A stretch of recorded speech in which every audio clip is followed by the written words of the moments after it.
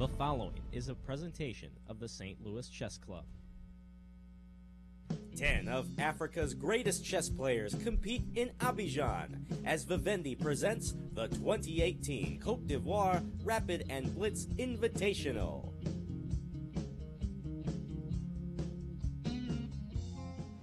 Hello chess fans and welcome back. Happy Friday everybody. This is the final day of Rapid Play in the 2018 Côte d'Ivoire Rapid and Blitz. My name is Ben Simon, joined as always by Grandmaster Robert Hungaski. Hello. Robert, you pumped for today? I am pumped. Yeah, things are winding down in the rapid leg of the tournament, and this is the last chance to really get that edge going into the Blitz portion. Right, because the games right now are weighted 2 points to the 1 point that we'll see in the Blitz rounds. We'll get to that in just a minute. And as we are live right now, Grandmaster Dr. Bassem Amin is in the clear first, but only by a hair. But let's meet the players so far in this tournament. A lot of them you may have not heard of before. 10 players, 10 nations represented, and a wide variety of skill levels on the surface, but as we were told yesterday, you know, a lot of these players may be underrated. We have the three top players are top 10 on the entire African continent. This is definitely shaping up to be a very interesting tournament, and we are only just about halfway through. Let's take a look at the tournament format. This is a dual stage tournament. The first stage is rapid play, game in 25 with a 10-second delay. Today we will complete our first round robin. Each game, as I said, is worth 2 points. You get 1 point for a draw and no points for a loss. Today is the final day. Tomorrow and Sunday, we're going to Blitz. Blitz play is going to be game in 5 with a 3-second delay. We will see a round robin each day. Woohoo!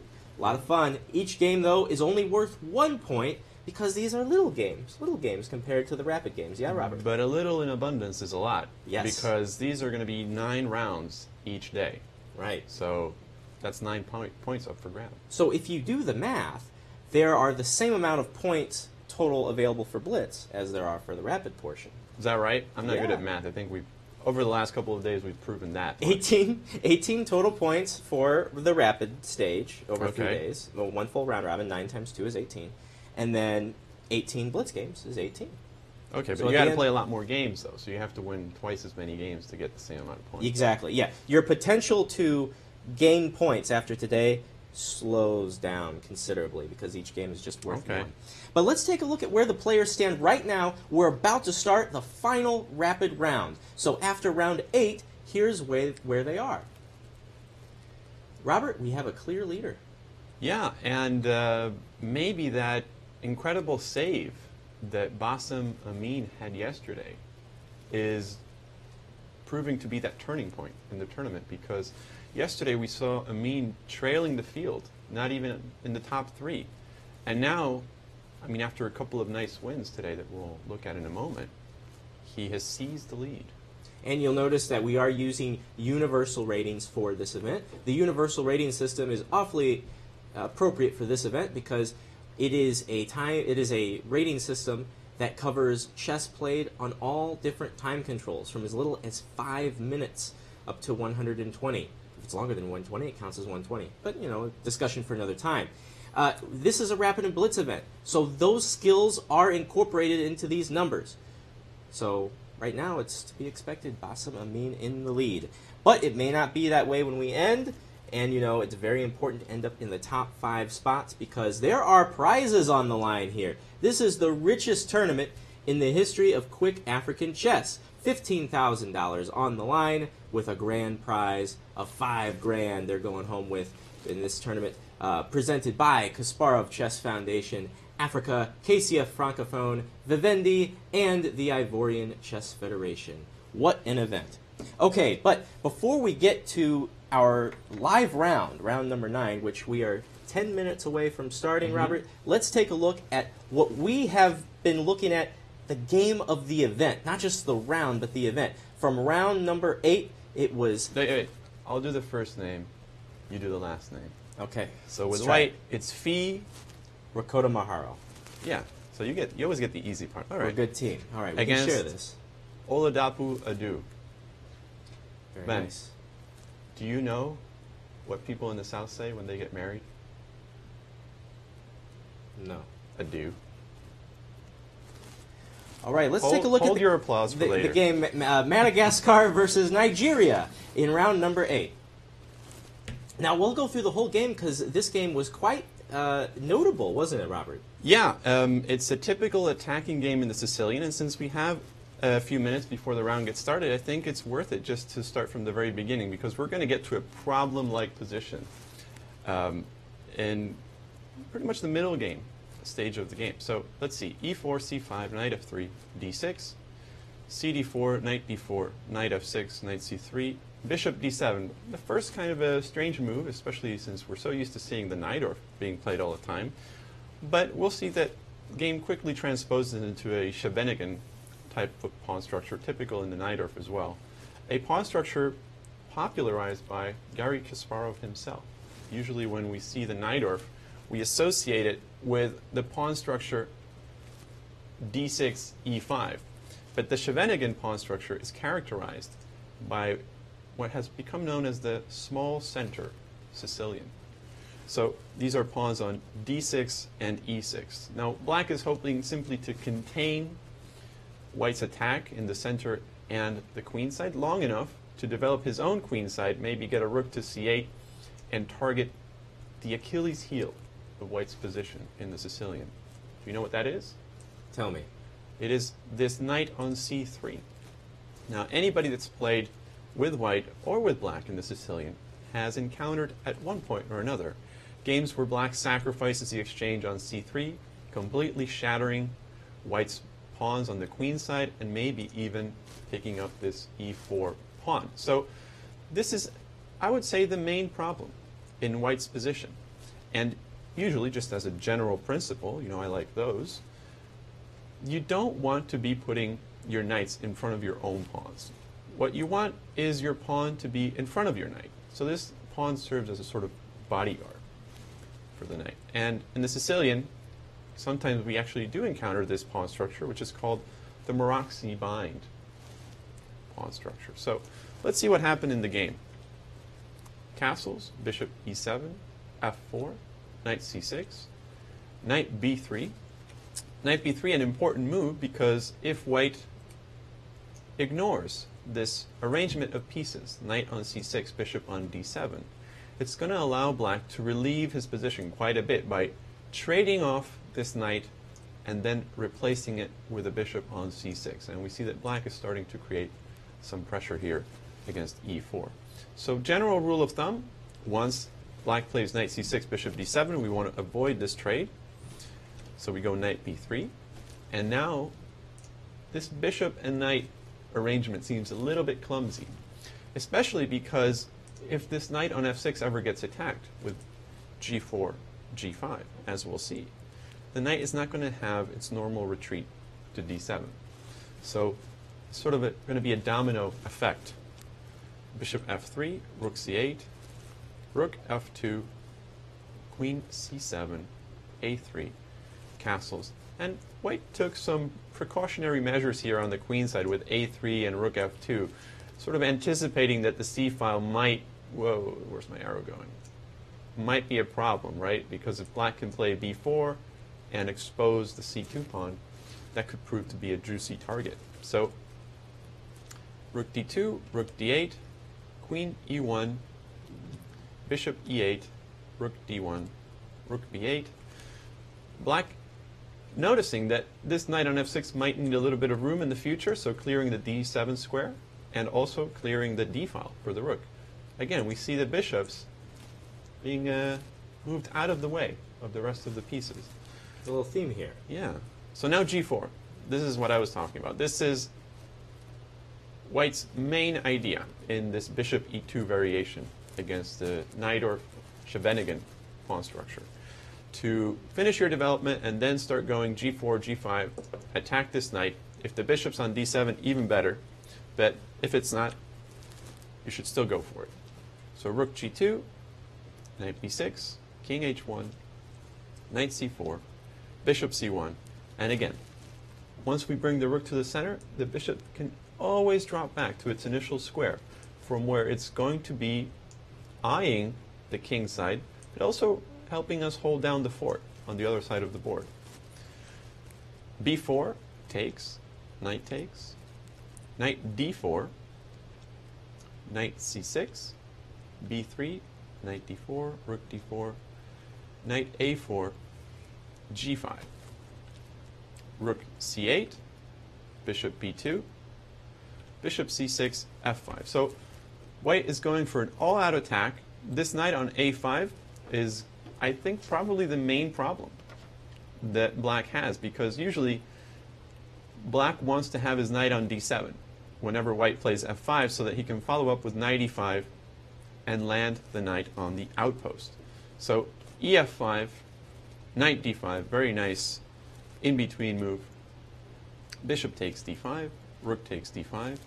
Now the knight on a5 is hanging. F takes e4. I think black thought that if he played knight c6, now after e takes f5, white would get his pawn back with some very good attacking prospects. But even here, I think this is what black should have gone for. Maybe after bishop f8, followed by knight e5, black can sacrifice a pawn in order to get some pieces off the board, especially this bishop on b2. It looks like an absolute monster. But instead, black figured, well, I can throw in this in-between move. F takes e4. That way, if you take on a5, I'll just take on f3. And all is good. But after bishop takes, knight c6, black was in for a very unpleasant surprise. Now, in chess we have two big areas, right? Tactics and strategy. I mean, Right. if you have to split chess down the middle, those are the two fields that you need to study in order to improve. And in order to improve those fields, you need to become familiar with patterns. You have tactical patterns and strategic patterns. Now, what we're about to see is one of the most sophisticated and also one of the most dangerous tactical patterns around, because it has to do with king safety, and it is the double bishop sacrifice. My goodness. Yeah. So bishop takes h7. All right. I got to give myself credit. Saw that move first. Yes. Well, no, if you saw it, you have to say it in order to take credit. I was trying to figure out a way to justify it. Yeah. So I Okay. can't So- really take credit for it. After bishop takes h7, king takes, queen h4, king g8. And now, do you know why they call it a double bishop sacrifice? I feel like that bishop on b2 might be going away soon. Absolutely. Bishop takes g7. So this is going to completely strip the black king of the pawns that are supposed to be defending it. So it's one of those rare cases where the two pawns are worth more than the two bishops because of king safety. Remember, king safety is the most important theme in chess. Before you start thinking about the bishop pair or pawn structure, you got to be aware of what's going on with your king. Nigel Short once, I hope jokingly, said, but making a good point, I don't know why people care so much about pawn structures when checkmate ends the game. So I think Nigel Short would be very happy with this game, because now after g6, the g file opens up, and look at this king. All of black's pieces are on the queen side. This king is getting clobbered. After bishop f6, g7, and there is just no way of preventing queen h8 checkmate. So black resigned. A great effort by Fee. And this would be mate in one no matter what, right? There's no way to even extend this.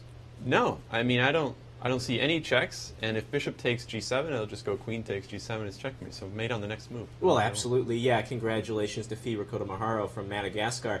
This junior champion, he's the number 2 junior in Africa right now.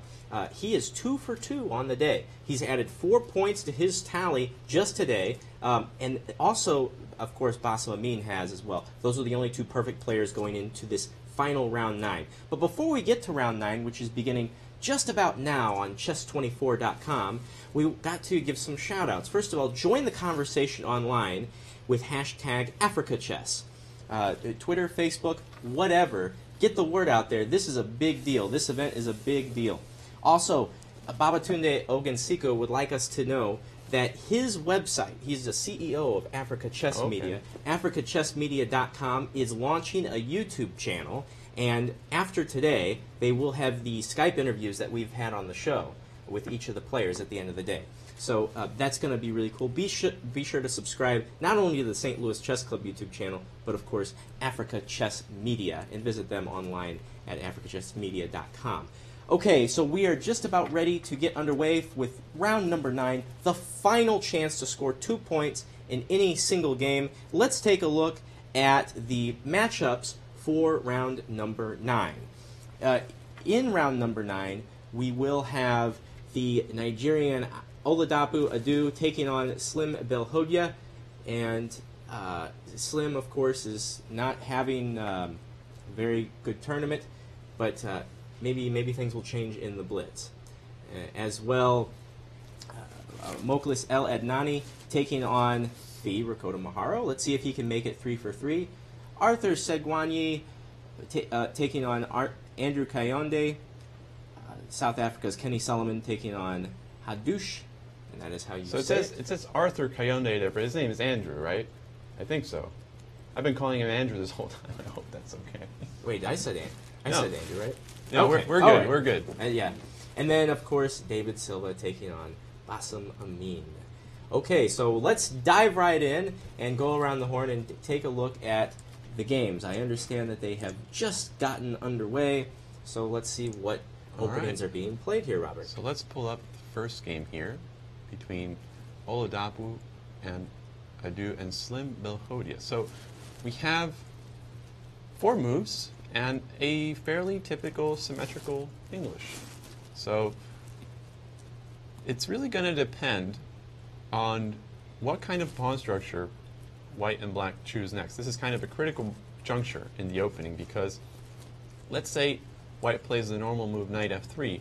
Black has a lot of options here. I mean, he can go for the e6 setup, normally called the Bobby Fischer system, one that he popularized. He actually won a very nice game against Tigran Petrosyan. Or black can also choose what's known as the Botvinnik system, with the pawn to e5. So we'll have to stay tuned and see what pawn structure black chooses to adopt there.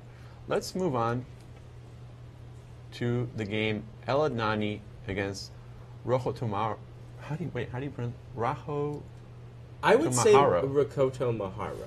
I would just say just Roko quite Tomaharo. phonetic. Okay, you just have to say it a few times. And then The highest rated international master in Morocco, Mokhlis El Adnani, taking on our junior, the junior of the day, you know, our player of the day, the game of the right, day. I mean, a very inspired day for Rako Tomaharo. Did I get it right this time? Yeah, we can go with That was pretty good, all right. Look, I don't even know if I'm right. Yeah, I'm guessing. You're right. I mean, I corrected you last time on Haddouche, and then And I was right. Amin gave you the right. You were way. wrong. Well, that would be a very strong way of putting it. I mean, I had a different interpretation, you could say. Anyway. So here we have a London system, the ever so popular London system, where white just played a4. Now, normally, for the London system to work for you, you need to make sure this bishop on f4 doesn't get traded off. White usually does this by playing the move h3 so that this bishop can always find safe haven on h2. So since I'm seeing this pawn on h2 still, I'm always looking at moves like knight h5 or knight d5, trying to chase this bishop away in the hopes that I can trade it off. The typical way of doing this is knight h5. Of course, if bishop g3, we just take that bishop and we're very happy. But here, maybe white can go bishop g5, although even here, after h6, bishop h4, g5, bishop g3, I am not too worried about weakening my king side as long as I can get this bishop. I think this might be an interesting approach for black, just trying to take advantage of the absence of the h3 move. In fact, before playing a4, I would have played h3 almost automatically. Now maybe against knight h5, white can try something like bishop e5. But even here, I could go something like f6, although is this going to be a problem with this knight on h5? Because maybe after bishop takes b8, rook takes, I could run into some unpleasantness with g4, and I put my knight on the rim and cut away any kind of escape route through f6 or g7. So Good night. yeah, good night for the knight. So maybe bishop e5 is a bit of an issue. Therefore, it could just make this very calm but sneaky move, d6. And hoping white is going to think, oh, he just wants to go knight d7, so I'll develop my knight, and now I can go knight h5. And you don't have bishop e5 anymore. So, of course, after d6, white can just go h3, and I think the game's going to continue. Let's see what's going on in this game. All right. Segwani against Kayonde. Yes. Okay. Arthur and Andrew. So this looks like it was a perk defense, and You say it like perk? it's Pertz, right? I thought it was purse. It's Pertz, but that's if you pronounce it correctly. In America, we just don't do that. There's a book actually called Perk Alert, and it's meant to be pronounced incorrectly, so the title works. Right, exactly. Yeah. So, there's an art to pronouncing names incorrectly. But it is Pertz. It is. All right.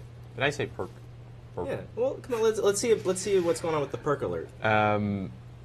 Now, when you fianchetto your bishop, you usually don't want it to get traded off, right? Because that's going to create some weaknesses along that square complex. But if you haven't castled yet, that might not be such a big deal. So here, I think that black is still in good shape, because, in fact, what black is going to try to do is play something like e5, maybe play bishop e6, although I've also seen this bishop get developed with b5 and bishop d7. So if we can play something like e5, knight d7, b5, bishop b7, and castle queenside, this king is going to be much safer than if it had, say, castle on the king side, where this queen is already making itself felt. And we don't usually have to be afraid of stuff like queen g7. Let's say if black goes e5, we might, because then we just get forked, right? We can't defend both the knight and the rook, so we can prepare this move a little bit. Maybe with knight d7, and let's say if white castles, then we can go e5. And now queen g7 is no big deal because we just go rook f8 and everything's under control. So we can just prepare b5, bishop b7, castle queenside. So this game still seems like things are under control. Now let's see what we have in the game Solomon Haddouche. Huh, interesting. Now this is the Grandmaster game of the round. Two Grandmasters going at it. The only one. So we should see some sparks flying here. Hopefully. Yeah, all right. Now, this looks like it might have been a King's Indian. We'll see in a moment the opening, but I'm wondering, how did this knight get to the outpost so quickly? On the face of it, this should be a good position for black, because if you don't take the knight on d4, I have a knight on the outpost, which is nice.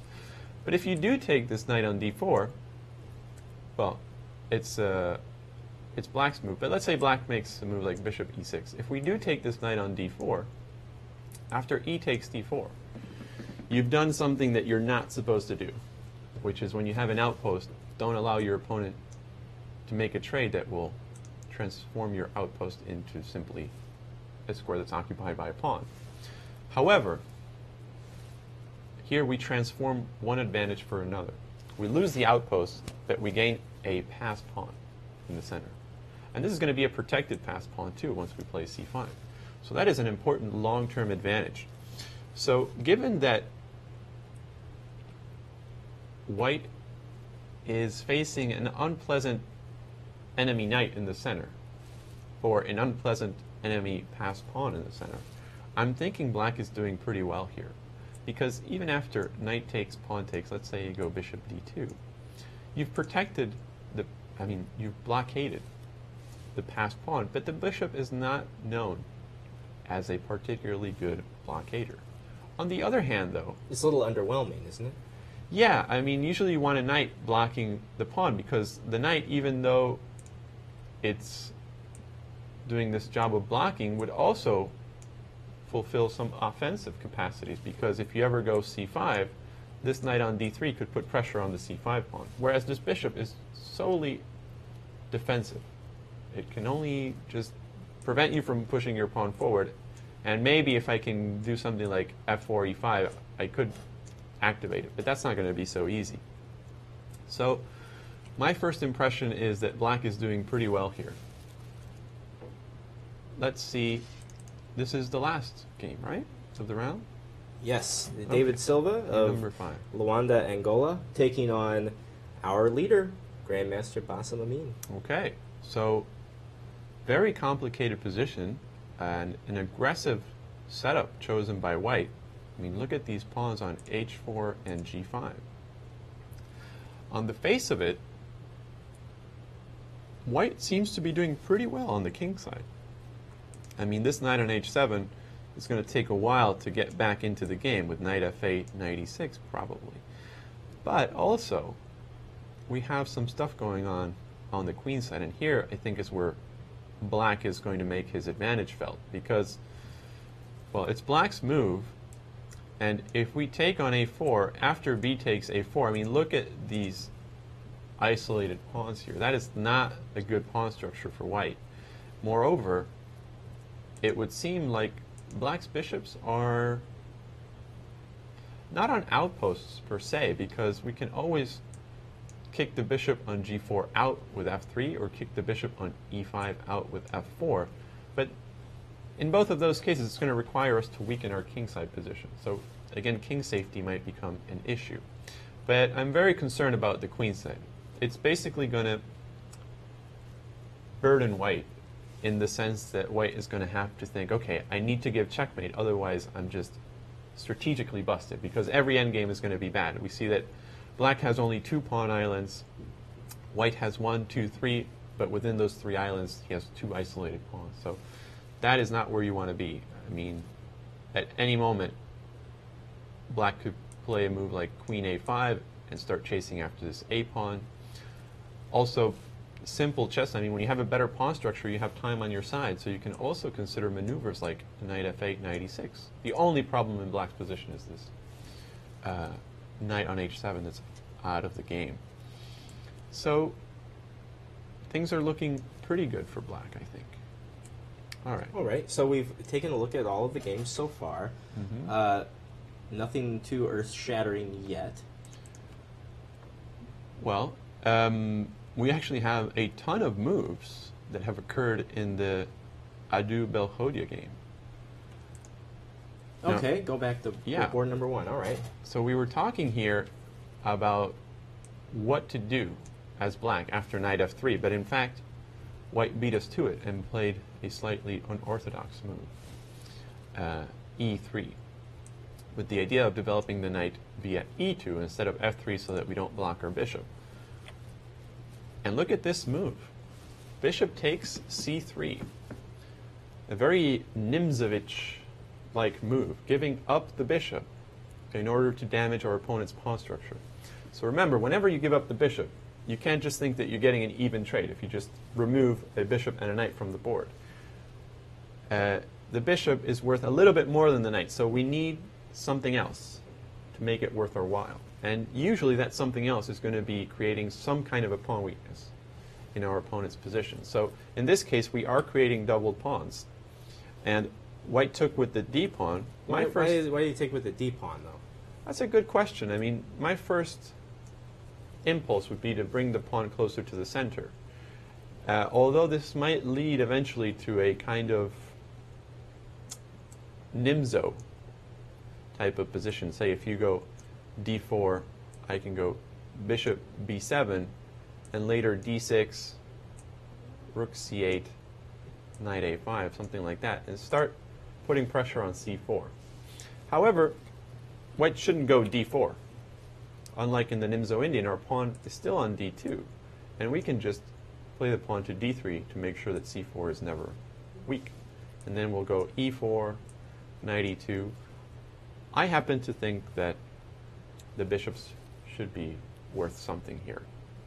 If the pawn was on d4, maybe the situation would be different. Well, the situation would definitely be different, because c4 would always be weak. But here, white's pawn structure, even though it has doubled pawns, looks quite sturdy, because all the pawns are protecting each other.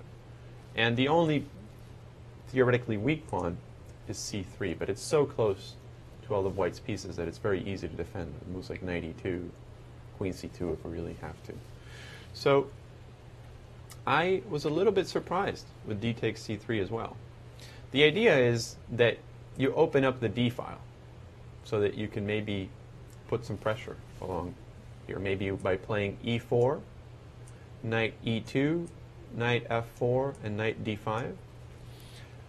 This is the famous sentinel that Nimzovich spoke of. He said, we would really like this pawn structure to evolve into a backward pawn for black. But of course, black is never going to play e6 or e5 willingly. So how are we going to provoke him to do this, to weaken his own position? Well, there's a way of doing this, actually. For example, it's black's move. Let's say I'll make a couple of random moves just to show you my idea. Bishop e6. Well, bishop e6 is actually not going to show you my idea. So let's say I go queen Gotta e7. get that knight up the board. Yeah.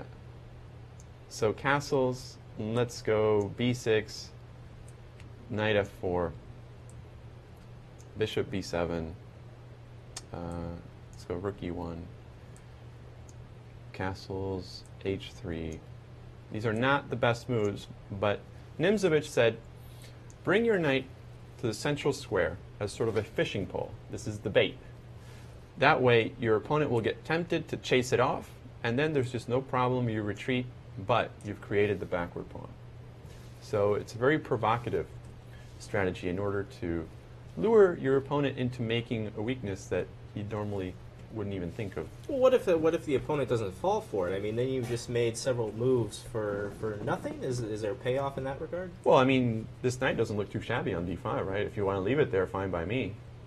I can live with that. I mean, I can just continue with my normal development, maybe bishop h6, queen d2, rook a d1, and pile up the pressure on d6. I think eventually you'll have to break and play e6, get this knight out. So let's see what happened. I think that's basically the idea after d takes c. So black goes e5, creating the backward pawn right away, but all of a sudden it's not so easy to really use this outpost either, because we've taken the f4 square away from white. So castles, h5, queen d3, h4, rook d1, king e7. What is this? Wow. So it looks like black is going for a kingside attack, but you would think that this queen should be not blocked by the king.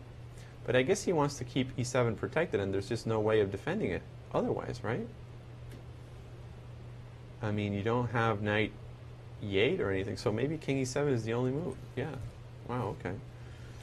So e4, hg, fg.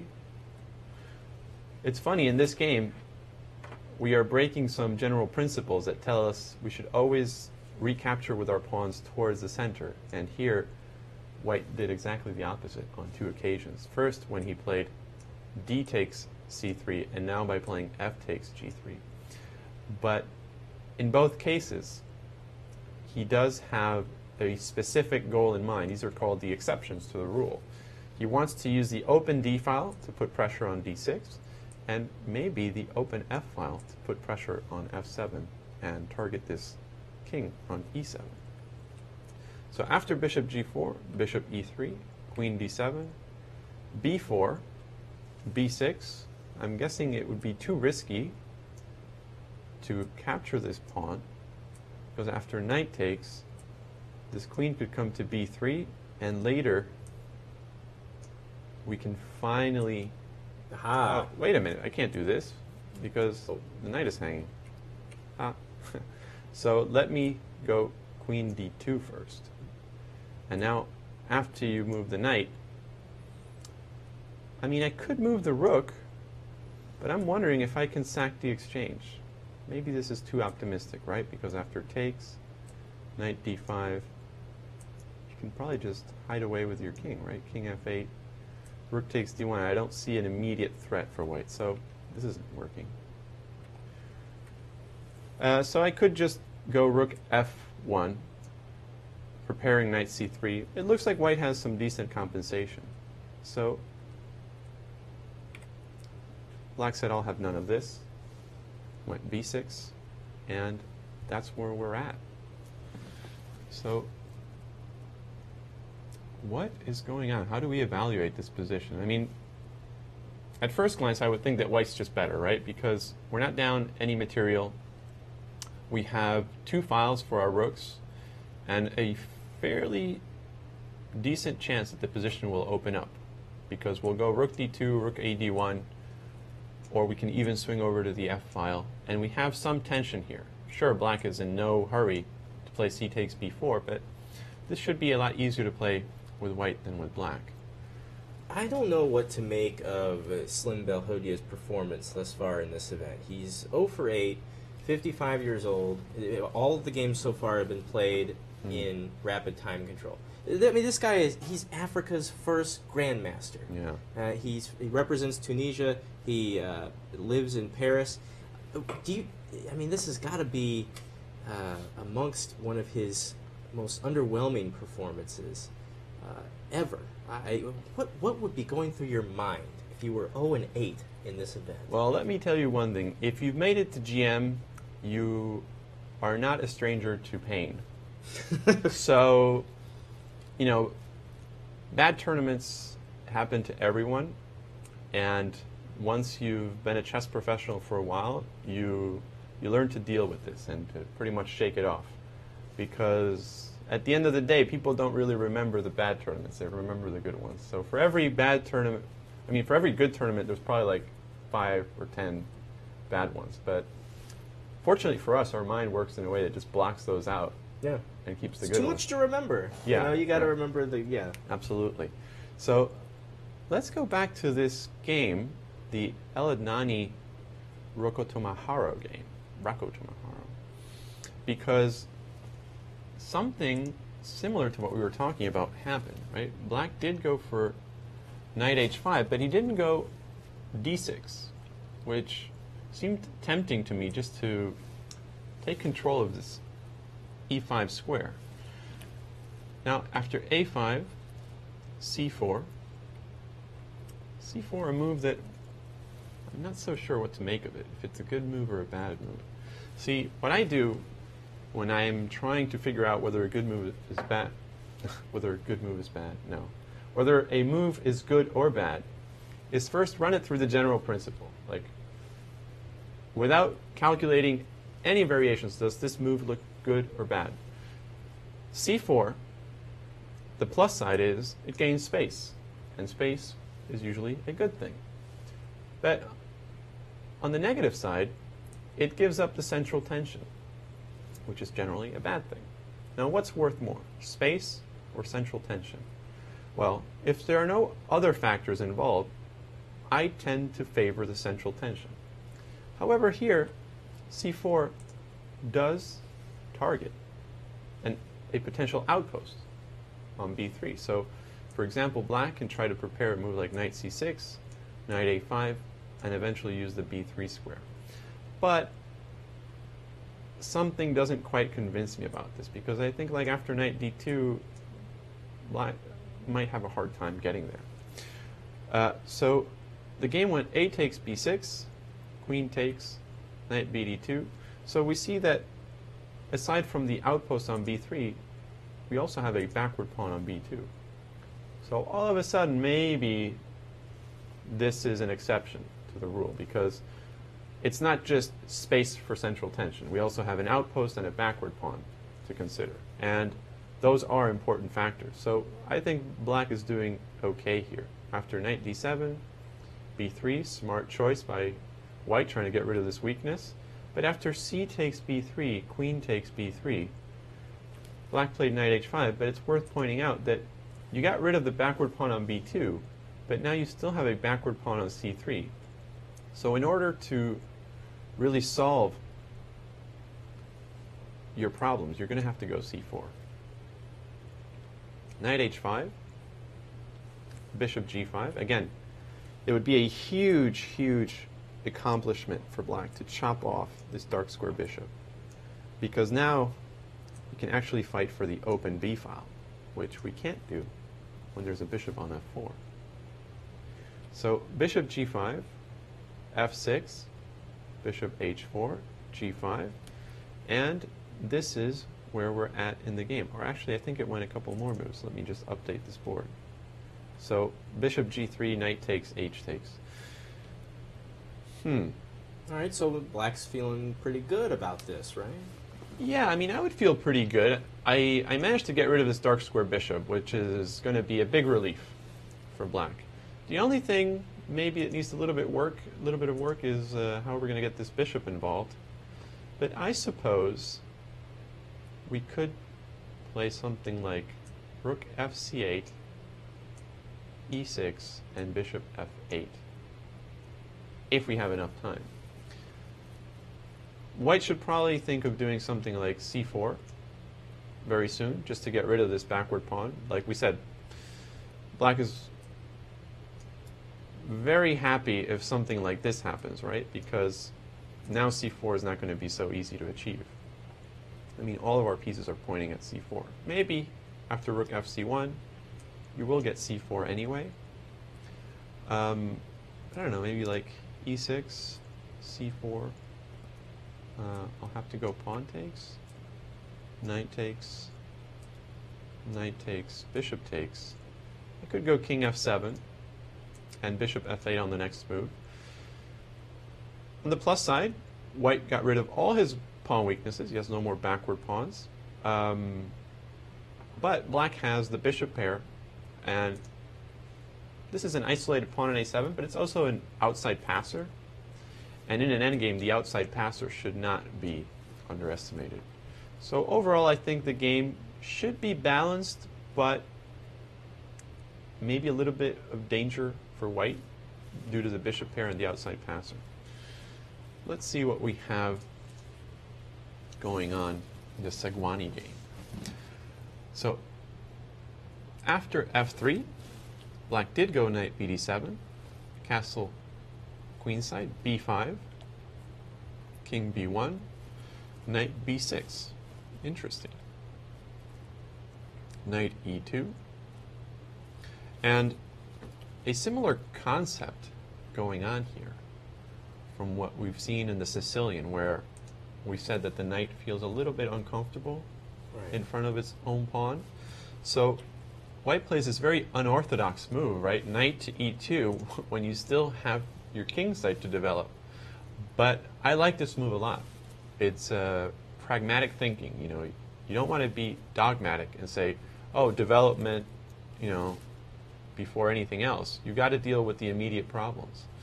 So what white is intending to do is to put the knight on c1, which is going to protect your king, especially the a2 square.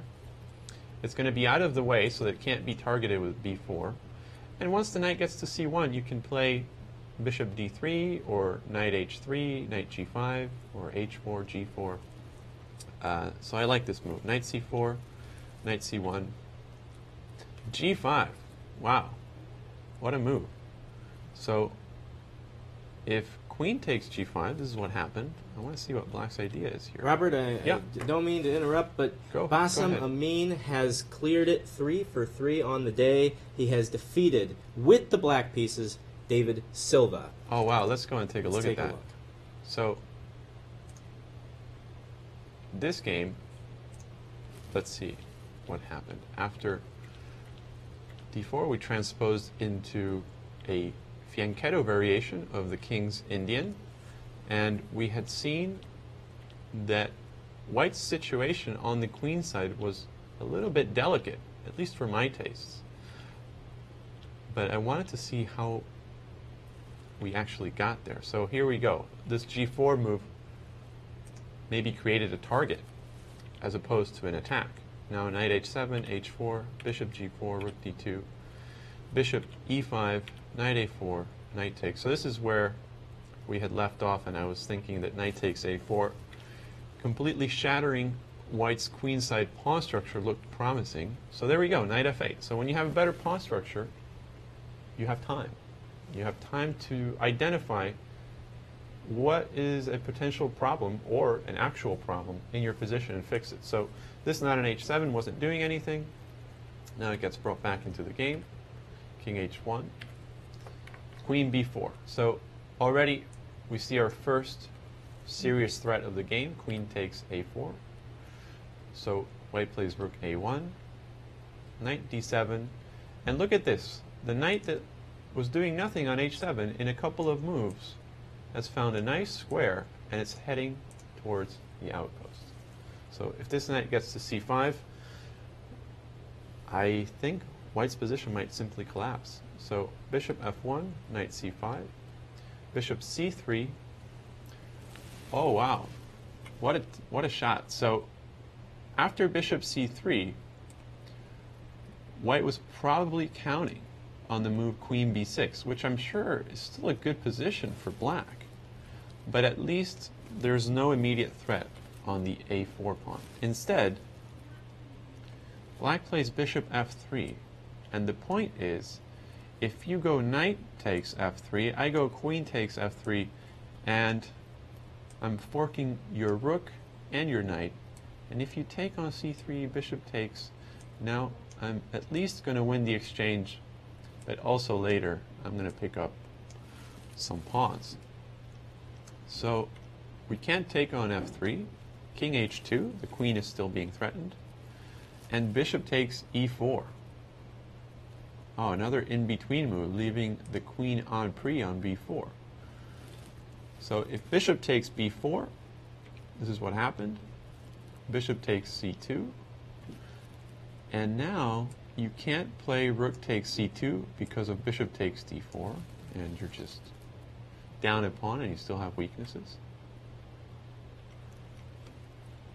And if knight takes c2, bishop takes a1, knight takes a1, you might think, oh, I have two minor pieces for a rook. That's usually a good deal. But here, after rook takes a4, you might have bishop takes c5. So I'm not really threatening both pieces, but maybe rook e1. And I don't think you can really protect both your bishop and your knight at the same time. So some very inspired play by Bassem Amin today. Bishop takes c5, d takes c5, knight takes c2, bishop takes, knight takes, rook e1, and here is where white resigned, right? You're just going to lose one of your minor pieces, you're going to be down in exchange, you're going to be down a couple pawns, it's game over. Great game by black. And if you look at Bassem Amin, he has been undefeated in this entire rapid portion of the tournament. Yeah. Out of a possible 18 points, he has an amazing 15 points. And after this victory, he has what I would call beginning to be a significant lead. Yeah, and also, aside from the actual points themselves, you can feel how his level is picking up as the tournament goes on. You know, he started off maybe it was a little bit cold, and now he's warmed up. And this is by far his best game of the tournament. I mean, it was a total blowout, some very sharp tactics and accurate play by him. I think that, you know, he's the guy to watch now. Not just because he's the highest rated player, but his games have been steadily improving as the tournament has progressed. So I absolutely agree. Let's see. All right, we still have 4 games going on in this final rapid game, rapid round 9. I see you pulling up Kenny Solomon versus Mohamed Haddouche. I have a quick correction, though. Have to correct what I said earlier. Slim Belkhodja was not Africa's first Grandmaster. That is actually Grandmaster Slim Bouaziz from Algeria, not in this tournament. Thank you to Graham Jurgensen for that correction. All right, now let's still a Slim, though. Yeah, still a Slim, Nice. right? Is that a common name in Africa? I don't know. Perhaps. But it seems to be a good omen if you want to become a GM. Yeah. So let's see what we have here. Solomon against Haddouche. The position has changed considerably. Now, there are two kinds of changes in a chess game that are going to have a long-term impact on the game. And those are changes in the pawn structure or piece trades. Because they're the only kind of decisions that we can't undo in chess. I mean, like we looked at the Bassem Amin game previously, and we saw he had this knight on h7 that was misplaced. And in a couple of moves, he went knight f8, knight d7, knight c5, and that knight was amazing. So misplaced pieces is not something that's going to have a long-term impact on the game. However, a bad pawn structure is. A bad piece trade is, because you can't move your pawns backward. You can't relocate them like you could with a piece. Or piece trades, you can't, unless you're playing bug house, you can't just throw the piece back in the board. So in this game, we've seen a significant change in the pawn structure because black had an outpost on d4 because he had a pawn on e5, and that pawn has now disappeared. So technically, d4 is no longer an outpost. But in order to achieve this, white had to play f4 and trade off that pawn, and in so doing created an isolated pawn on e4. So we see that, you know, chess is a very dynamic game. You know, one thing can transform into another, and learning how to transform these advantages, for example, from having an outpost to exploiting an isolated pawn by your opponent, is the hallmark of good chess players, usually GMs. So even though the position has changed, I think black retains a nice advantage because we lost the outpost on d4, but we may gain an outpost on e5. And I'm thinking a move maybe like queen e5, bishop d6 could lead to an interesting kingside attack. Or simply use e5 as a pivot point. Or maybe use the d file. But also, I'm a little bit puzzled by how white achieved an exchange, because material's not even. So I would like to go back a couple of moves and see how we got here, because after f4 takes, bishop g4, rook d2, knight e6, bishop d6. Oh, okay, so after bishop d6, black gave up the exchange, and now is going to use d4 and e5. I understand now. So rook f2, knight d4, queen d2, bishop e6, and that's how we got here. All right, so I would say that black has tremendous compensation for the exchange. We have the bishop pair, we have some strong squares like d4, outposts like e5, the open file to put pressure on, because maybe we can pin this bishop. I would be very optimistic about black's position. Let's see what else we have going on here. It looks like Arthur Segwani has a big advantage over Andrew Kayonde if we wanted to take a look at that one. Absolutely. So we had seen black sacrifice the pawn by playing g5, and after queen takes, rook g8, queen f4, knight h5, queen h6, knight f6. So something has gone wrong here for black, because he's trying to repeat moves, and usually when you sacrifice a pawn, you want to thrust your pieces forward and get an attack going. But here, if you have to repeat moves, and especially if white's not forced to repeat moves, that's a bad sign. So after queen f4, knight h5, queen h4, and knight e3. Interesting.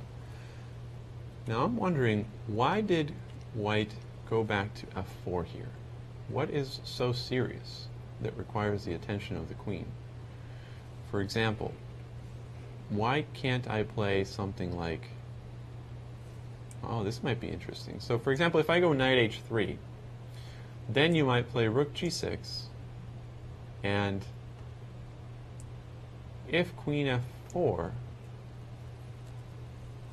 I see. Now that my queen is no longer tending to the knight, you can destroy my kingside pawn structure. And you might get some compensation here. And if I go queen h4, you might go knight e3 again. So let's see what happened after queen f4. Knight h5, queen h4, knight e3, knight b3. Nice in-between move, because if we go rook e1, I guess, can black get his pawn back by going, no, you can't take on f1 and take on g2 because h5 is hanging. But I mean, your knight is under attack, and I can't deflect your queen so that this rook on e1 is hanging. So I think I have to take. And now, I mean, I have to drop back with the knight. So what happens if I just go queen f2? I don't know. Isn't white just up a pawn? Yeah. So this looks like a good position for white, but okay, white threw in the move knight b3, and after queen b4, it is white's move. Now the first move that comes to my mind is c3, just consolidating our pawn center a little bit, driving the black queen to a passive square, so I think you have to go queen a4, and now I can do rook e1. And this should lead to a very similar position. Takes, takes, knight f6, and maybe just queen f2. Also maybe, if I'm feeling very ambitious, I might be able to capture on h5, and your knight on f1 looks trapped. I don't see a good way out here. Yeah, I mean, this looks even better. So black's in trouble here. I don't like this at all. Yeah, this is looking good for Uganda's Arthur Segwani, who right now is around the middle of the pack. trying to still break through. I mean, he's standing with 5 out of a possible 16 right now. If he wins that game, he'll be at 7. Anything can happen in Blitz, but he's still trying to get back in this thing. So let's go back to this game between Eladnani and Rako Tomaharo. Is that right? You say it a little bit different every time. And that's, look, it could be right. Rako Tomaharo. You're covering the spectrum. You're going to get it right one of these times. No, but I'm saying it differently, closer to the truth each time, or just... I don't know what the truth is. Oh, okay. But we will find out because I think we're going to talk to him later in the show. Okay.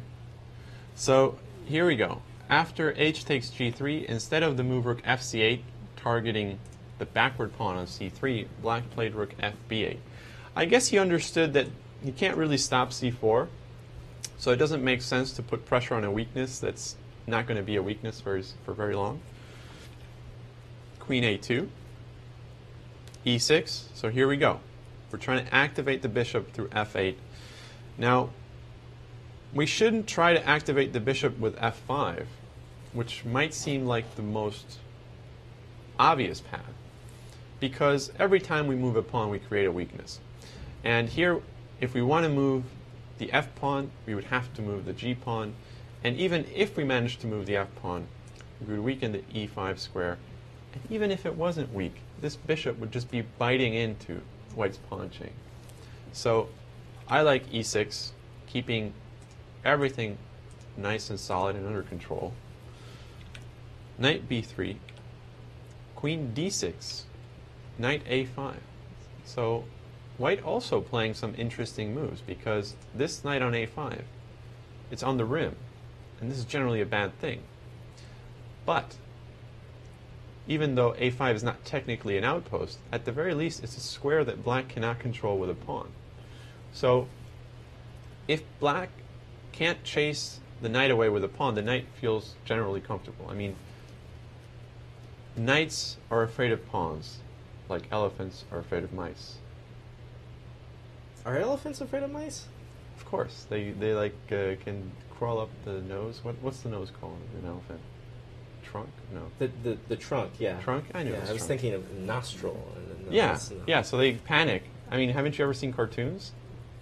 You learn something new every day. What can you say?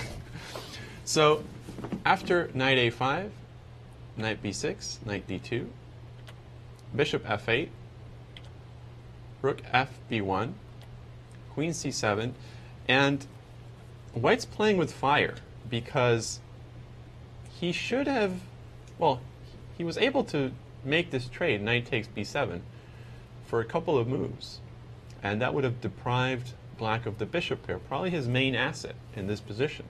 So if we delay this trade too long, it's going to allow black to simply go bishop c8 and tuck this bishop away, and that's going to make it very hard to trade. So after rook c1, queen d7, rook ab1, bishop c6.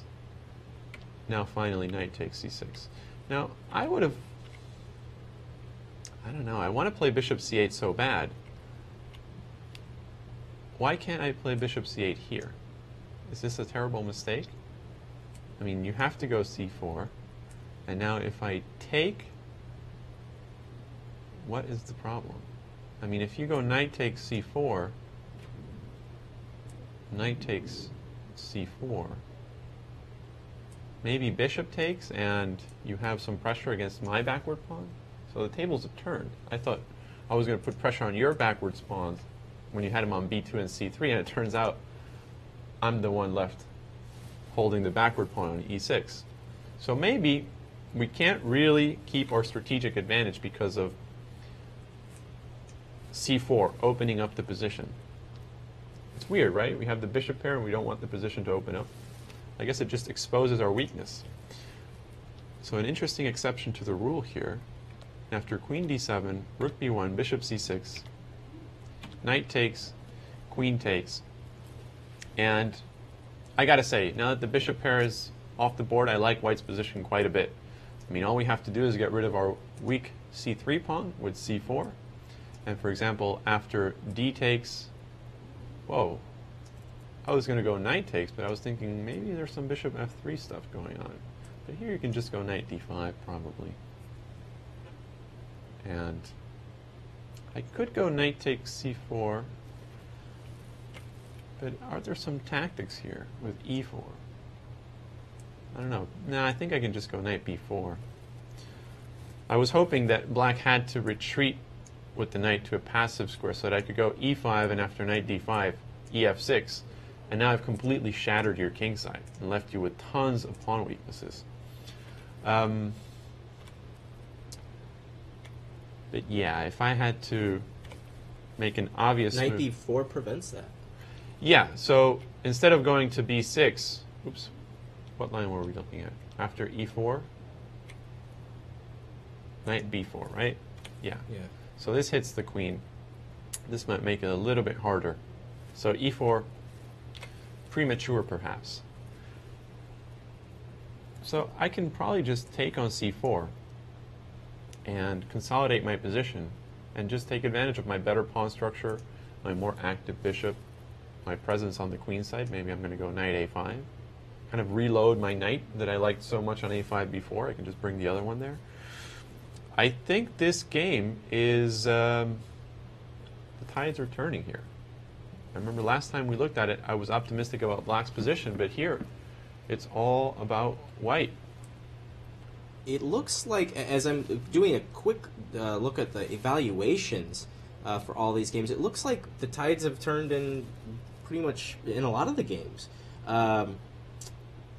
Three of them look pretty equal. Kenny Solomon versus Mohamed Haddouche. Black has the edge there, and it looks like they're in the end game now. Okay, so let's take a look at that. 6 minutes to 3 minutes left. And remember, these are game in 25 with a 10-second delay. Just a 10-second delay, it's all you have to work with. So these games are coming to the end. So, let's see where we left off. Now, we said this, no, there was an exchange sacrifice. And here we go, bishop e6. White played b5. Rook a3. I guess trying to target this knight on c3 that's kind of loose, so maybe we can try to go something like queen e5, bishop b4, or maybe even queen b4 or queen c5. I don't know. So takes e5, queen takes e5, and now white has to be very, very careful because this bishop can spring into action at any moment. It can come to d6, threatening h2. It can come to c5, trying to take advantage of this diagonal, maybe pinning the rook. Or it can come to b4, pinning the knight. So a lot of good options for this bishop. Bishop takes g6. I guess this is what white was counting on when he sacked the pawn playing e5, that after f takes g6, we could simply take on f8 and get rid of that really dangerous dark square bishop. But now, counterattack. Rook takes c3.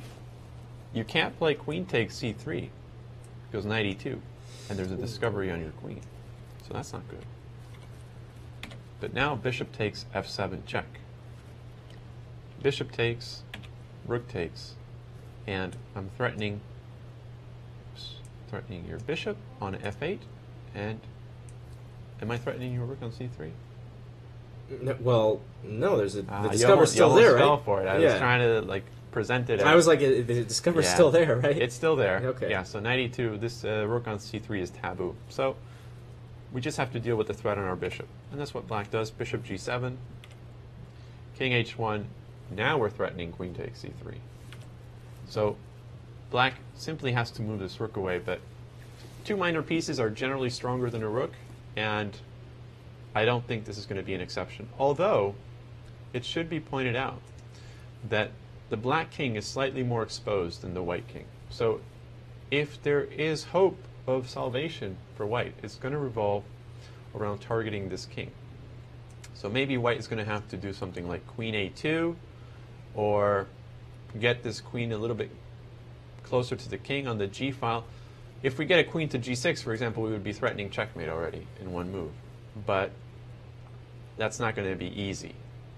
So I'm thinking it's going to have to be an attack on the king, and it's going to have to be along light squares as well. So maybe something like queen a2, trying to go to a8, or maybe trying to go to b1 and then g6. I think this is white's best shot. So let's see. So you're thinking about this from White's perspective. Does Black have an edge here at all? I think Black has a big advantage here. Okay. I think these two minor pieces are much more dangerous than the rooks. In fact, I think that if Black can muster up some kind of play against G2, his position could just explode. Maybe prepare something like, well, Queen E4 I can't yet because this rook is hanging. So I have to do something about the rook. I don't know if I would want to go rook C2, because then after Queen D3, I'm sort of helping White get to the square that he wants to get to, which is G6. So as Black, I know that the dark squares aren't a problem. I have a dark square bishop. I have pretty much all my pieces on dark squares. So I need to start compensating the light squares. Maybe I would go something like rook E3, getting the rook out of the threat, and prepare something like Queen E4, seizing control of a very important diagonal. Because if I put my queen on E4, then I know my king is going to be safe on H7 too, because there's going to be no checks. And once the queen's on E4, I can prepare rook E2 and target G2. I can also start maneuvering with my knight. I can start pushing this C pawn as well. There are a lot more elements to be happy about in Black's position than in White's. So yeah, I think a big advantage for Black here. Mohamed Haddouche, number 2 seed in this tournament, number 4 player in all of Africa. This Algerian player, if he wins today, he will be a significantly clear second to Bassem Amin. They're playing for basically a handicap going into the Blitz rounds. How big is your handicap going to be? And he'll be just 1 point behind Amin if he wins this game. Yeah, so I'd say we should stick to this game because we're getting some moves, and even though Haddouche has the better position, he is down on the clock. He has less than 1 minute left. Ooh. And his opponent has a substantial time advantage. He has 4 minutes. So while we can stay here if you'd like, I got to say that Mokhlis El Adnani and Fi Rakota Maharo have drawn their game. So that means that Rakota Maharo will not end the game, will not end the day perfectly like Amin did. But still, very good performance for him on the day. Yeah, still a good day. Yeah. So here we saw that Black did play rook E3, and after Queen A2, King H7. So White goes H3, and now I would seriously consider playing a move like Queen E4, but maybe this would be terrible because I blunder mate in like a couple of moves, right? Rook takes G7, King takes Queen F7, check, and there's got to be checkmate here, right? Rook F7. Yeah, Rook F7. King G6. And am I going to go... Oh, yeah. So... this little thing, yes. Yep. I like that pattern. That is a nice pattern. So White is making some interesting moves, sort of inviting me to carry out my idea and blunder the game in the process. So I can't quite go Queen E4 yet. I have to do something to strengthen my situation on the king side. Maybe something like Knight E6. Overprotecting the bishop. Maybe preparing Knight G5. Or also preparing Queen E4. The important thing is that we've noticed this bishop on G7 could be vulnerable. So let's see. Let's go back to the game. Oh my gosh, only 5 seconds left for Haddouche. Wow. So rook D1, and queens came off the board and the pawn structure changed. I mean, this is crazy. Let's see how that happened. After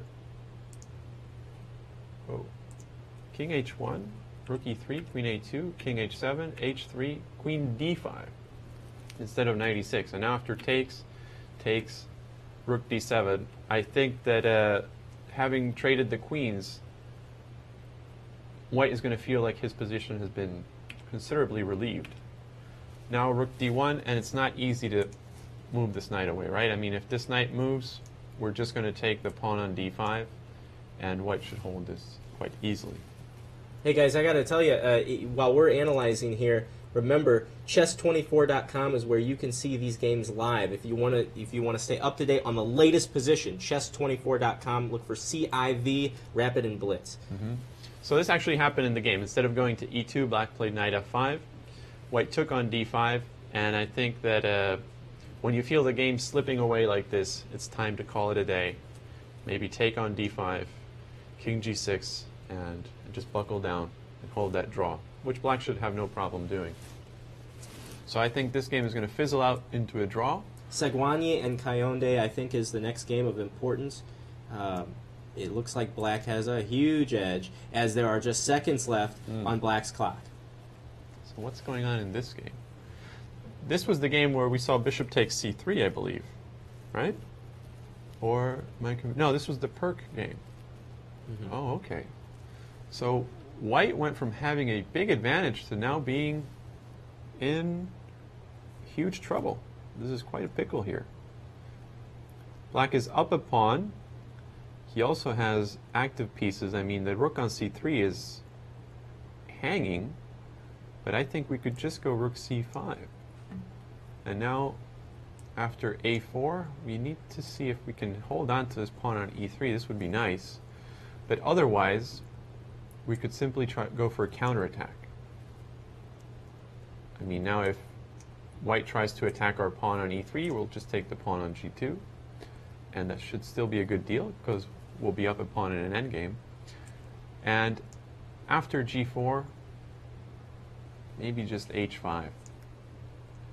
Trying to expose the weakness of the h3 pawn. Yeah, this should be a nice advantage for black. So what happened here? So after knight takes b5, black did play rook c5, a4,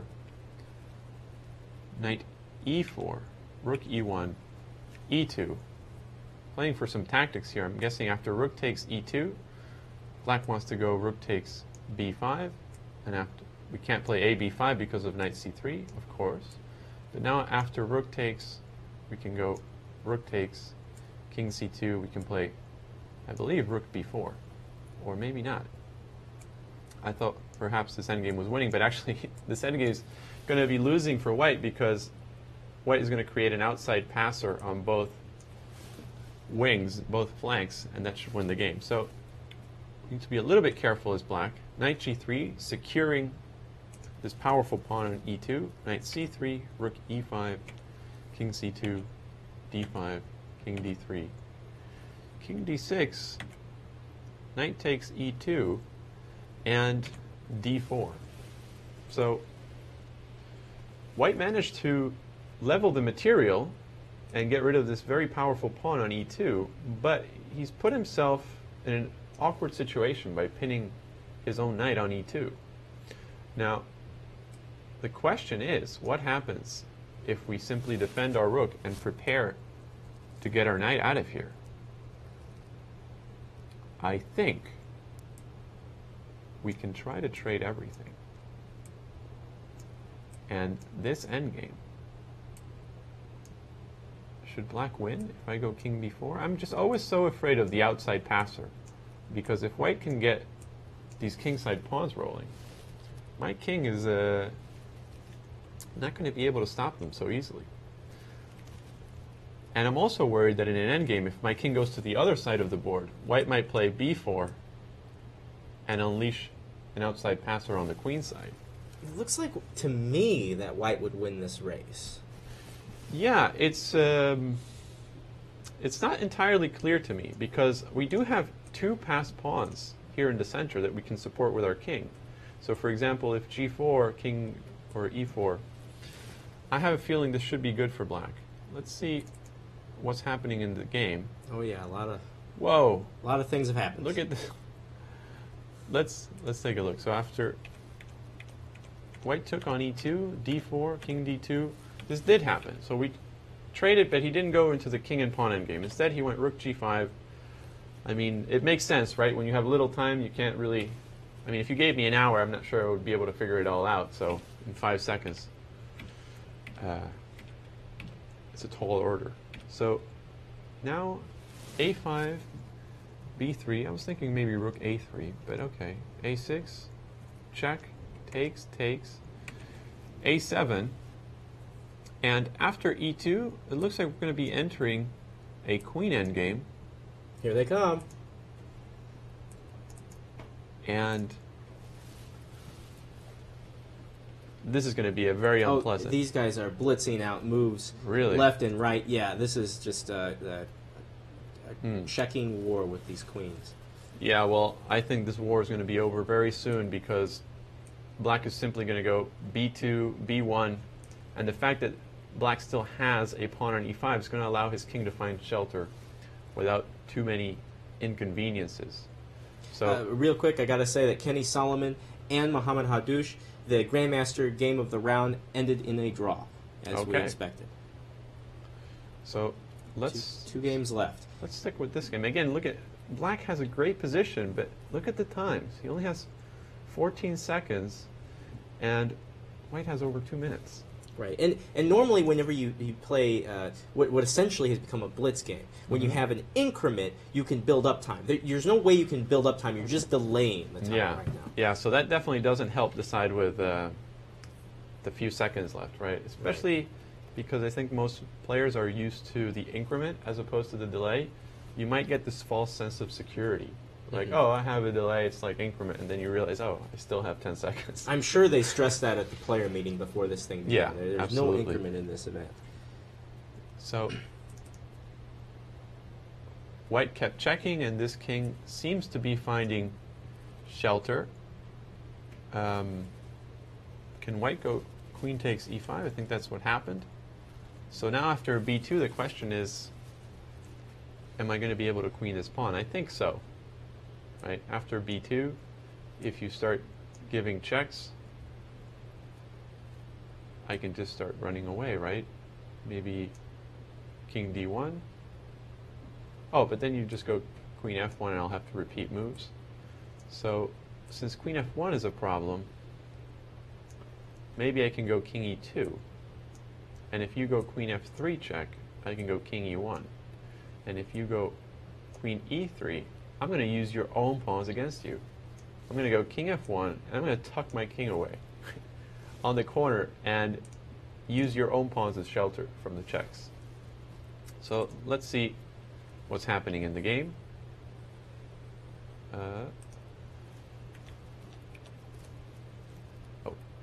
Whoa, what's going on? So he didn't play b2. I guess he played queen d3. What happened here? After queen takes e5, he went queen c4 check. And after g4, king c2.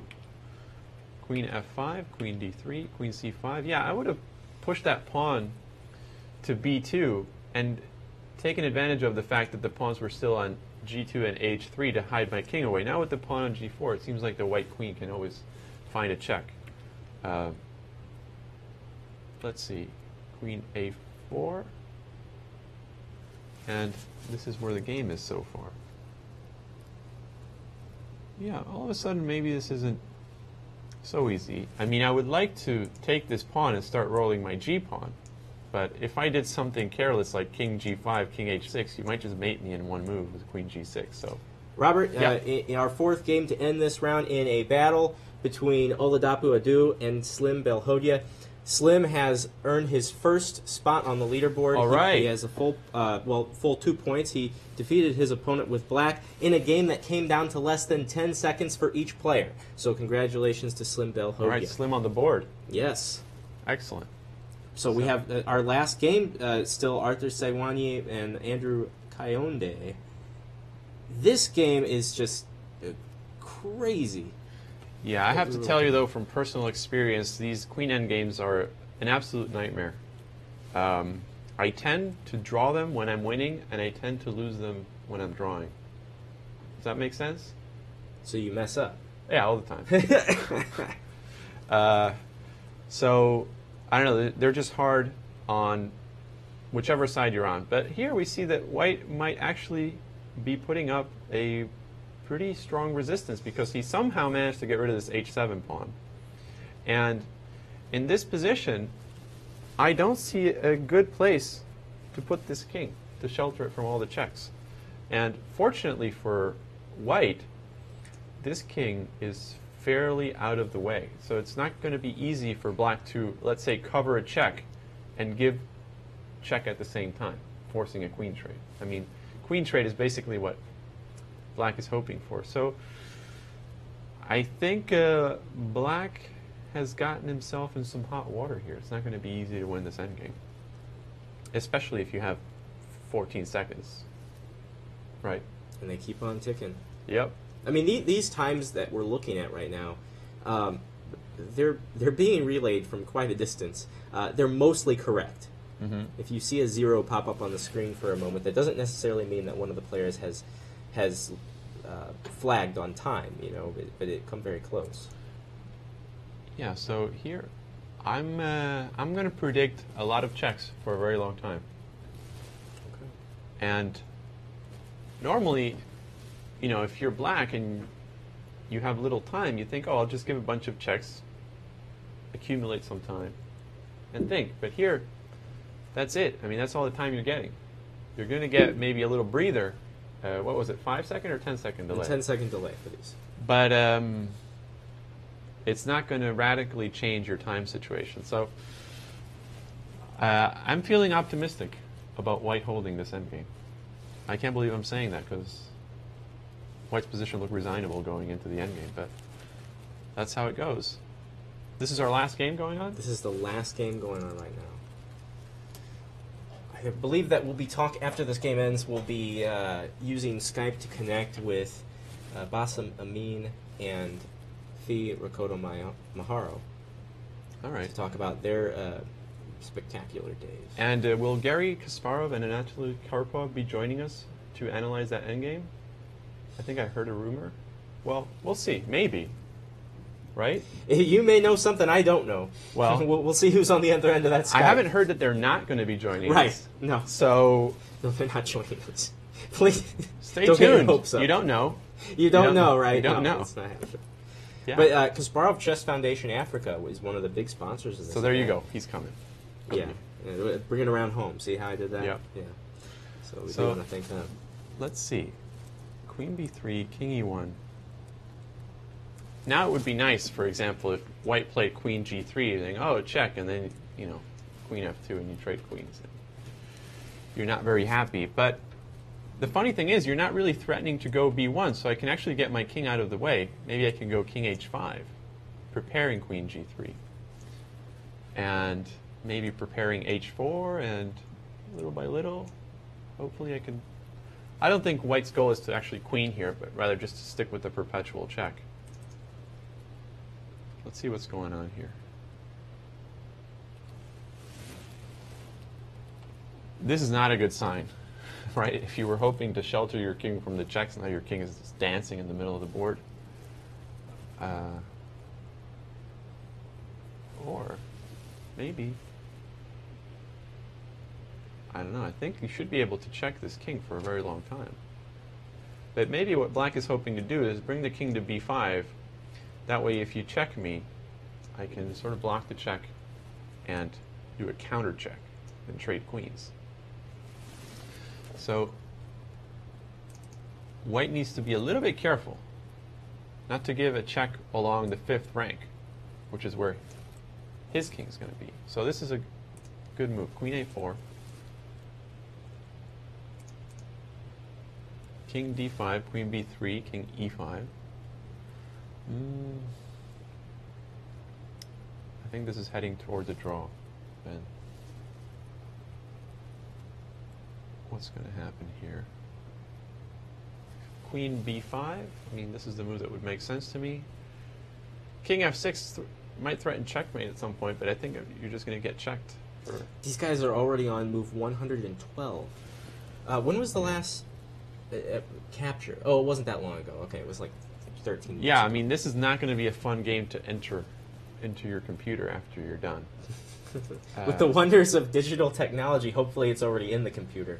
Yeah, you know, I recently discovered, because I play tournaments, and I have this habit, after I finish my game, I go to my room and I enter the game, and sometimes it's these very long games. So I'm like, oh, this isn't fun. No. And then I realized I could just download the PGN because there's somebody else doing all the work for me.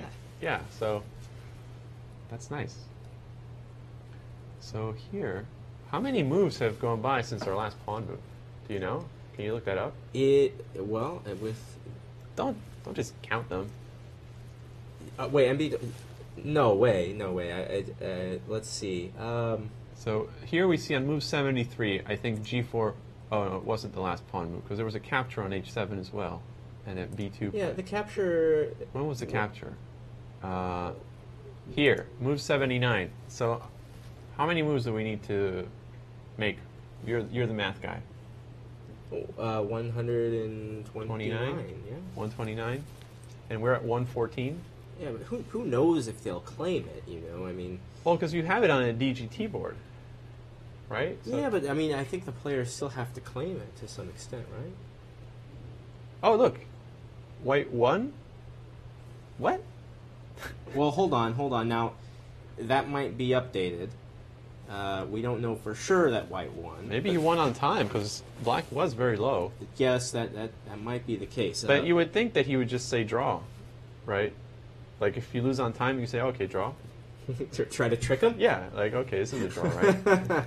Well, the DGT is registering that the arbiters have called Arthur Segwani the winner of this game. That would be a heartbreaker, but I want to believe that it's a DGT slip-up.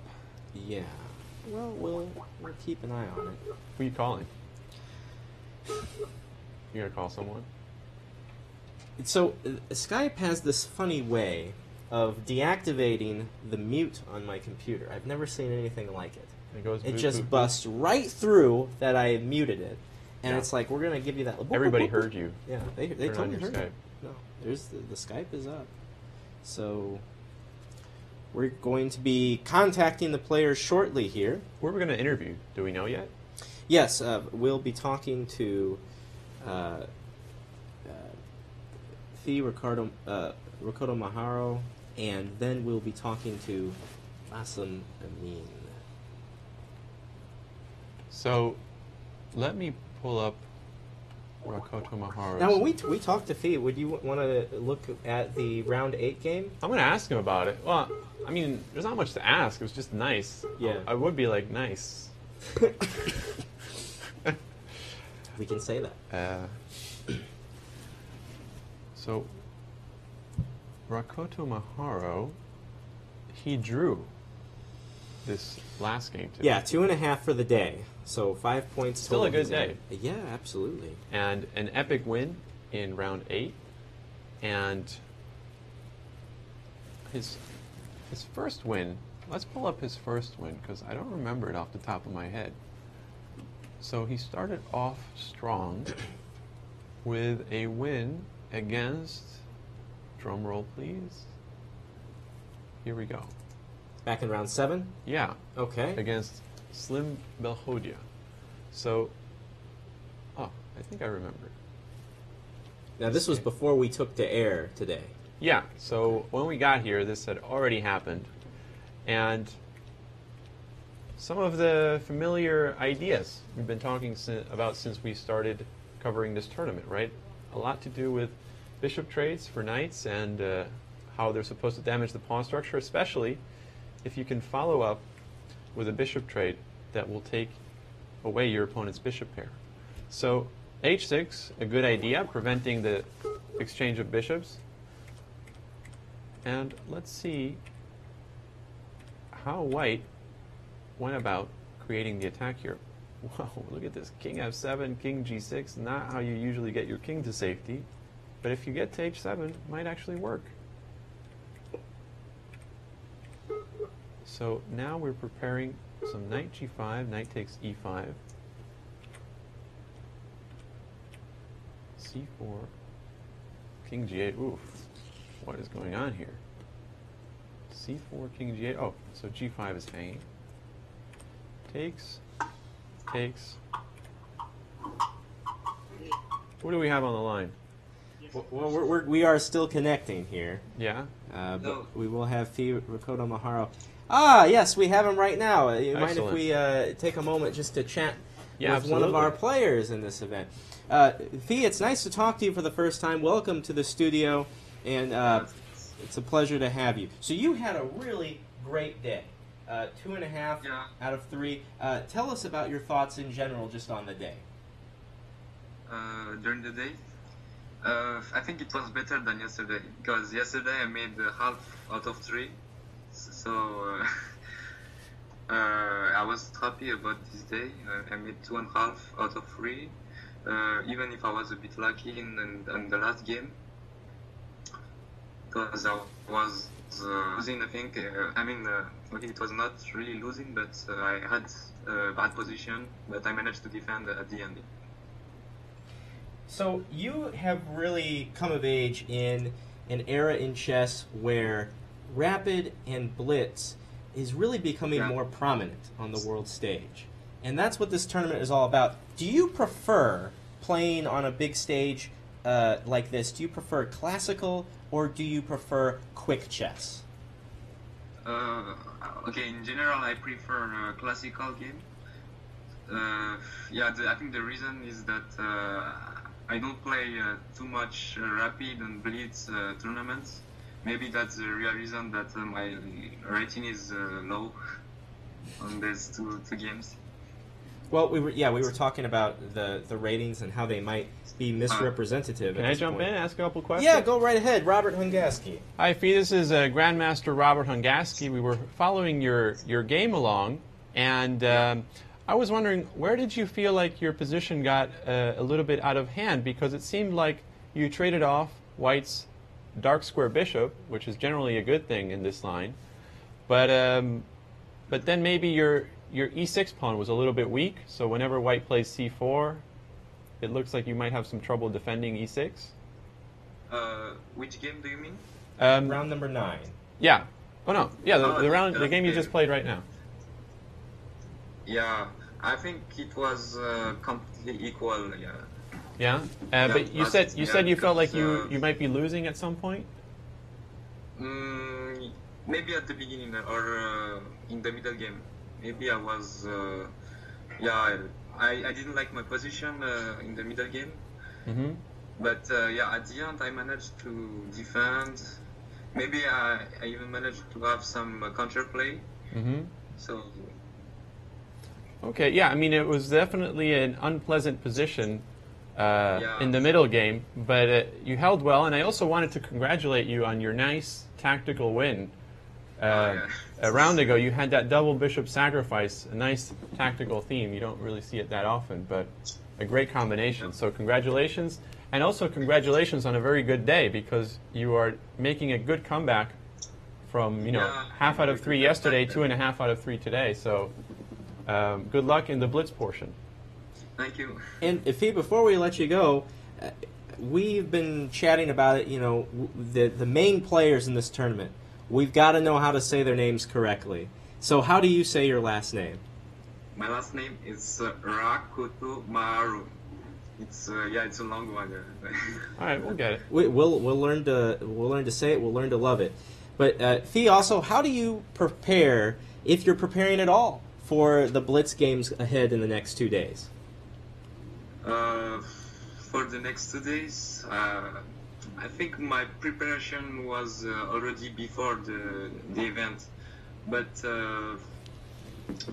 I tried to analyze all my games, all my rapid games, and I think that's my preparation during this tournament. Just analyzing my last games. And then maybe I will play the same or I will change. I don't know yet.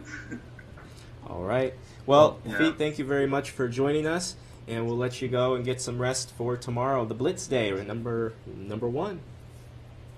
Thanks. All right. Have a good night. Yeah. All right. Yeah.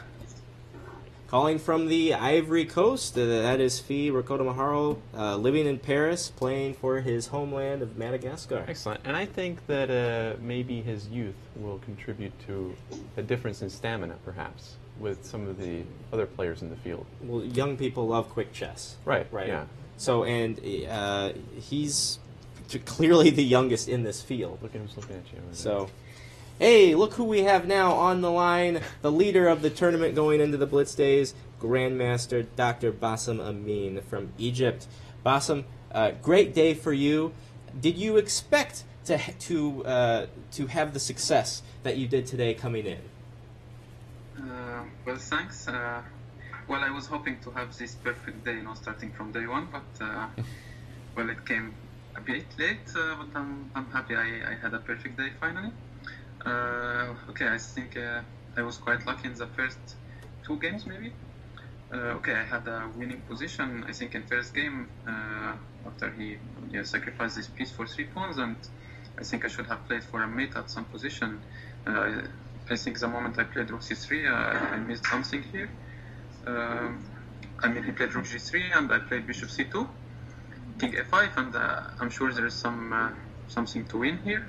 But I couldn't find, and okay, I went to this endgame with piece against 2 pawns, and it was very difficult. But okay, he was short on time also, so I managed to trick him in time pressure and managed to win. And then second game against Kenny, I think. Oh, it looks like we have We lost dropped the call, unfortunately. Let's try to get him back on the line. We've had a pretty good record so far with keeping the call, quite honestly. Butterfingers dropping that call. Hey now. All right, we're reconnecting here. Okay, we have him back. All right, and hi, Bassem. This is Robert. I also wanted to congratulate you on your perfect game, and personally, what I thought was your best game of the tournament. This last game, the most recent one, that you won a very nice combination with the bishop f3 check and then bishop takes e4, leaving your queen unprotected on b4. It seems to be a theme for you in this tournament to be sacrificing your queen. It seems, but it's working out pretty well. It's working well, luckily. So that was pretty much a forced win at that point, because it sure looks powerful, right? After bishop to f3 check. Actually, I thought maybe king g1 was a bit more tricky, because then if I play same lines, then I don't have this rook e1 in the end. Because because the bishop is protected. Yeah. And what were you going to do against king g1? So I thought, okay, at least I have option to take on d4 first. Now it's check. Check. So if he takes back by rook, I get this queen b3. Ah, okay. And he can't take the queen because it forks the rooks. Yeah. And then e4 is hanging again. Yeah. Okay. So that makes sense. So enough, with the king on g1, you have this in between where bishop takes d4 check. It seems to create a lot of problems. And if bishop takes d4, well, the queen's not hanging anymore. So then you can just take on e4. Yeah, take on e4. Okay. Yeah. So it looks winning anyway. So a very nice combination to cap off a very good day. It was a good day, and it's good to have a 2-point lead before the Blitz, because it's 18 more rounds to play. So anything could happen. So it's good to have some points to make me less stressful.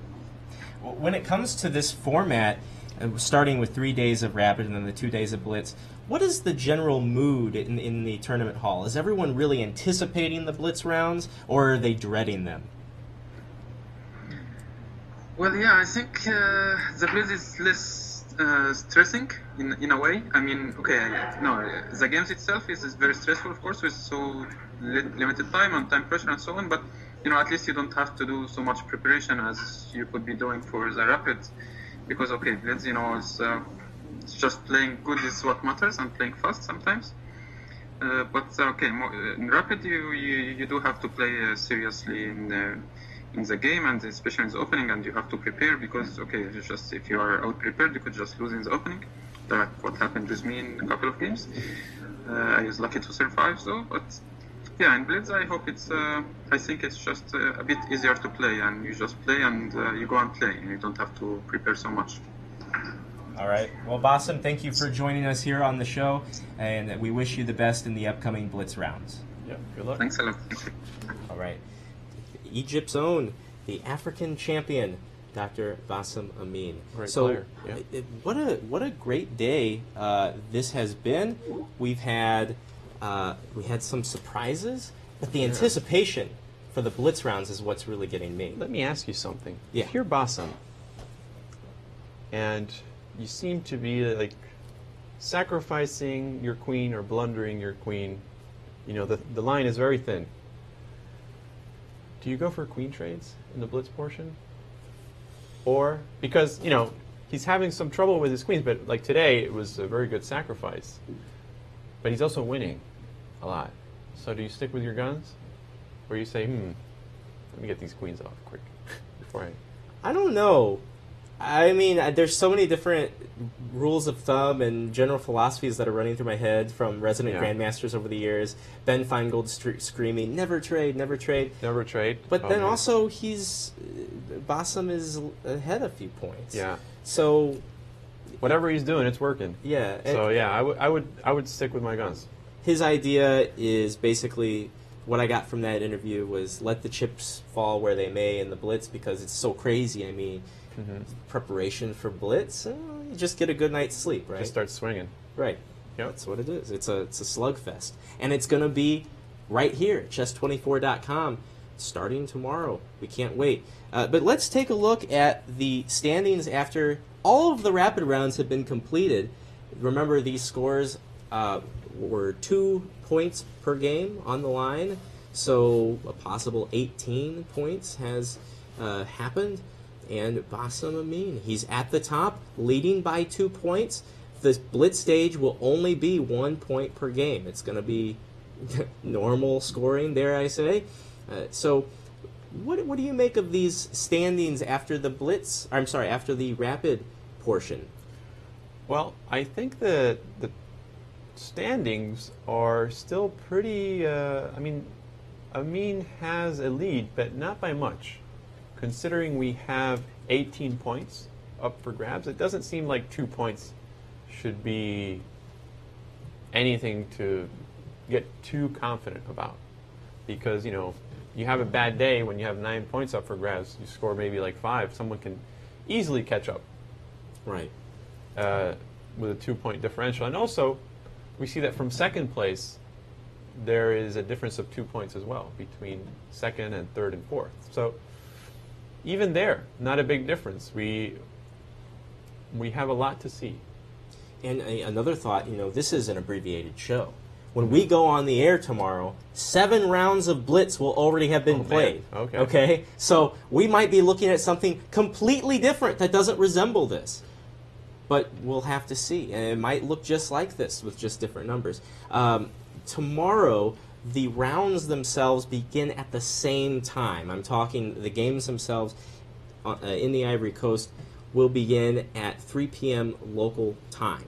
However, here, we're going to be starting at a completely different time, 18:15 UTC, and that's Ivory Coast time as well. And in St. Louis Central Time in the U.S., we will be on the air at that's 1:15 p.m. So just a little bit later, and we will be on the air in time to cover the last 2 rounds of Blitz. So I should not show up at 3. Please don't. Okay. So we will see you tomorrow at 1:15 p.m. Central Time here in the States. So this production was produced. What was that? Wet Willie. For God's sake. This was produced by the world's greatest production B team. Tammy Hyde is the technical advisor. Isaac Schrantz is graphics and audio. Your technical director is Dennis LaRue. I'm Ben Simon. I'm Robert Hungaski. And until tomorrow, it's going to be Blitz. We say Blitz. So long from the Show Me State.